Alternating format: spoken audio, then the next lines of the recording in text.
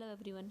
आज हम class 9th का जो चैप्टर नंबर 8 है force and laws of motion, उसका जो एक्सरसाइज उसका पार्ट 2 कर रहे हैं। इससे पहले हमने 6 क्वेश्चंस को कंप्लीट कर लिया था। ओके, तो हमारे पास में क्वेश्चन है,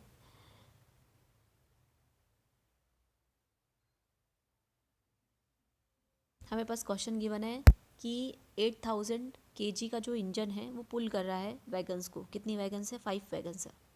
ठीक है, 5 वैगन्स को ये खींच रहा है। इसमें से जो ईच का जो वेट है वो कितना है? 2000 kg है। और ये हॉरिजॉन्टल ट्रैक पे चल रहे हैं। इंजन कितना फोर्स लगा रहा है? 40,000 न्यूटन लगा रहा है। और ट्रैक फ्रिक्शन लगा रहा है कितना फोर्स का? 5,000 न्यूटन का। ध्यान रखना, इंजन लगाएगा, अगर इंजन इस डायरेक्शन में फोर्स लगा रहा है तो ट्रैक इस डायरेक्शन में फ्रिक्शन लगाएगा। ठीक है, नेक्स्ट हमारे पास में क्या गिवन है कि इसका नेट एक्सेलरेटिंग फोर्स निकालना है और ट्रेन का हमको एक्सेलरेशन निकालना है। तो हमको क्वेश्चन में 2 क्वेश्चन निकालने हैं इस क्वेश्चन में। तो सबसे पहले तो हमको टोटल नेट फोर्स निकालना है। ठीक है, तो देखो ट्रेन कितना लगा रही है? ट्रेन का जो इंजन है वो लगा रहा है 40,000 एम। फ्रिक्शन है कितना? माइनस का 5,000। नेगेटिव साइन क्यों है? क्योंकि ये अपोजिट डायरेक्शन में है। तो टोटल कितना हो जाएगा हमारे पास में? 35,000 न्यूटन हो जाएगा। नेक्स्ट हमारे पास में कि इसमें बोल रहा है कि एक्सेलरेशन ऑफ द ट्रेन कितना रहेगा। हमको सबसे पहले तो जो ट्रेन का मास है वो कंप्लीट निकालना है। 8000 का उसका इंजन था, इसके अलावा 5 वैगन्स जुड़े हुए हैं। इसको जो पर वैगन का उसका वेट है वो कितना है हमारे पास में? 2000 kg है। तो इस तरीके से हमारी टोटल ट्रेन का वेट आ गया 18,000 kg। हम जानते हैं सेकंड लॉ ऑफ मोशन से F इक्वल टू कितना होता है? ma। फोर्स हमको गिवन है 35,000 न्यूटन और हमको m गिवन है 18,000। तो इस तरीके से A कितना हो जाएगा? A equal to F upon A, F upon M. तो इस तरीके से हमारे पास में आ जाएगा, जो हमारे पास में एक्सेलरेशन आ जाएगा ट्रेन का कितना आ जाएगा? 35,000 डिवाइडेड बाई 18,000। देखो ये लमसम 2 के आसपास जा रहा है, तो वैल्यू 36 नहीं आ रही है क्योंकि 18 2 क्या होता है? 36 होता है। तो हम अप्रोक्सीमेटली 2 के आसपास लेकर के चलेंगे। इसको कितना हो जाएगा? 1.94 metre per second square. Okay, next question है हमारे पास में। आप वो पहले वाले क्वेश्चन में उसको सॉल्व करके भी कर सकते हैं, बट अगर मान लो ऑब्जेक्टिव टाइप क्वेश्चन पेपर है तो फटाफट से अगर सॉल्व करना हो या कॉम्पिटिटिव एग्जाम के बेसिस पे हो तो हम इससे फटाफट आंसर निकाल सकते हैं। नेक्स्ट हमारे पास में question, an automobile vehicle has मास कितना गिवन है? 1500 kg। What must be the force between vehicle and road. तो व्हीकल और रोड के बीच में, मतलब ये फ्रिक्शन की बात कर रहा है।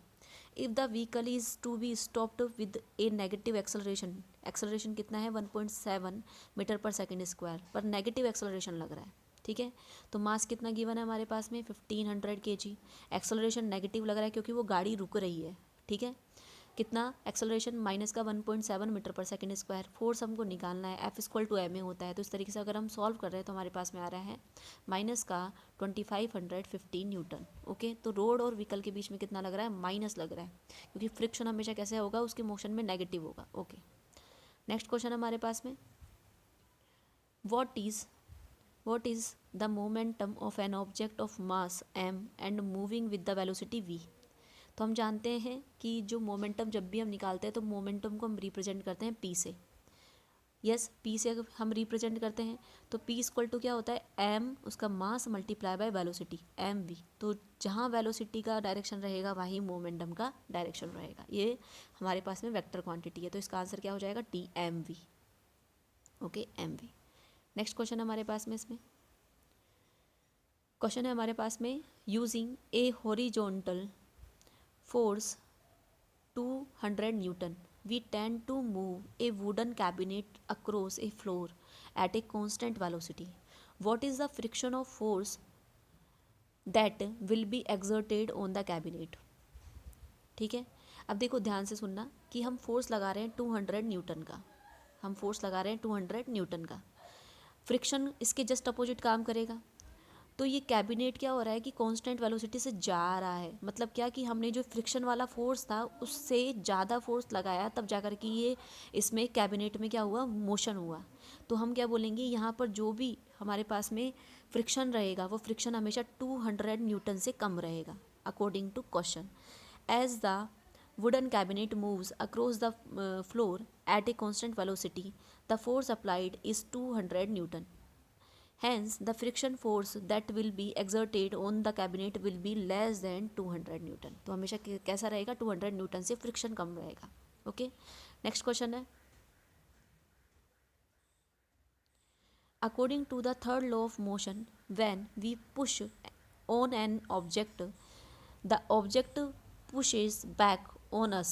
ठीक है, अगर हम किसी ऑब्जेक्ट को पुश करते हैं तो वो हमारे ऊपर वापस पुश लगाती है, धक्का लगाती है, with an equal and opposite force.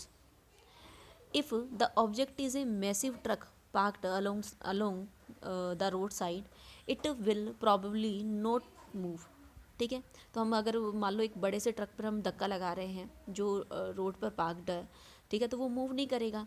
A student justifies this by answering that two opposite and equal force cancel each other. तो एक स्टूडेंट बोलता है कि जो फोर्स लगा था वो अपोजिट डायरेक्शन में लगा, कि भाई हमने उसको लगाया फोर्स, उसने हमको लगाया, तो इस तरीके से वो कैंसिल हो गया, इसलिए उसने मोशन नहीं करा. Comment on this logic and explain why the truck does not move. ठीक है, तो हमको बताना है कि इसका जो लॉजिक था वो सही था, और हमको बताना है कि जो ट्रक है उसने मोशन क्यों नहीं किया. ठीक है, तो हमारे पास में द मास ऑफ ट्रक क्या है, बहुत ज़्यादा है, जो मास है ट्रक का बहुत ज़्यादा है. तो हमको जो इसका इनर्शिया भी ज़्यादा होगा, क्योंकि इनर्शिया को हम मेज़र करते हैं उसके मास से. ठीक है, तो हमको उससे ज़्यादा हमको क्या लगाना पड़ेगा, फोर्स लगाना पड़ेगा. तो हमारा जितना फोर्स लगेगा उससे तो ट्रक हिलेगा भी नहीं. ठीक है, तो इस बेसिस पे हम क्या बोलेंगे, the mass of truck is too large, hence its inertia is too high. The small force exerted on the truck can not move it and the truck remains at rest. इसलिए जो थोड़ा सा force लगा उससे truck का कुछ भी नहीं हुआ और ट्रक अपने अपनी पोजीशन पर ही बना रहा.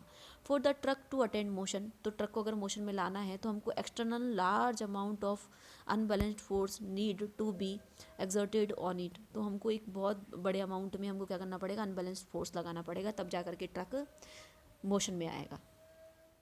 नेक्स्ट क्वेश्चन है हमारे पास में.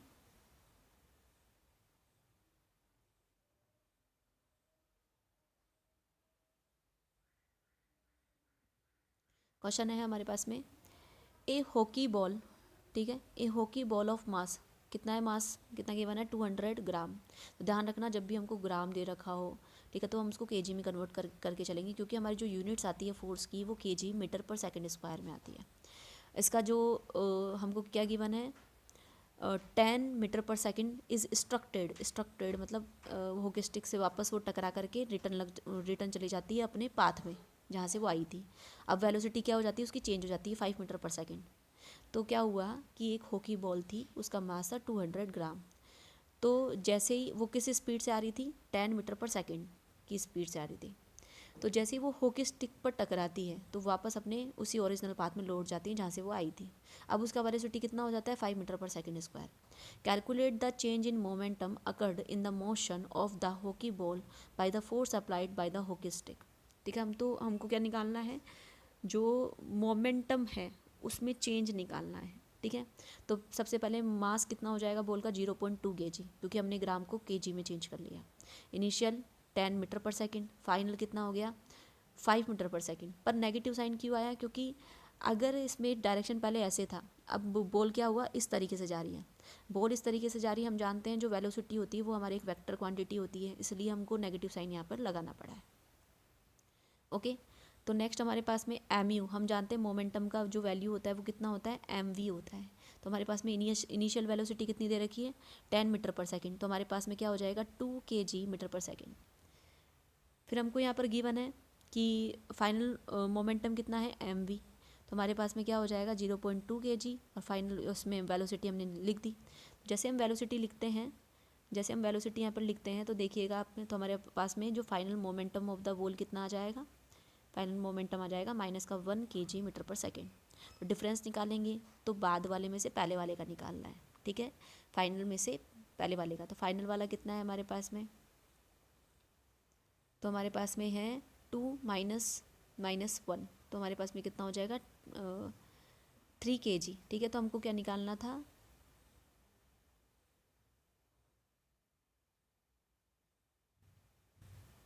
तो तो हमको चेंज इन मोमेंटम निकालना था, तो हमारे पास में कितना हो जाएगा 2 माइनस, तो 2 इनिशियल मोमेंटम है, फाइनल मोमेंटम हमको गिवन है, तो हमारे पास में चेंज इन मोमेंटम 3 kg/s हो जाएगा। Thank you so much.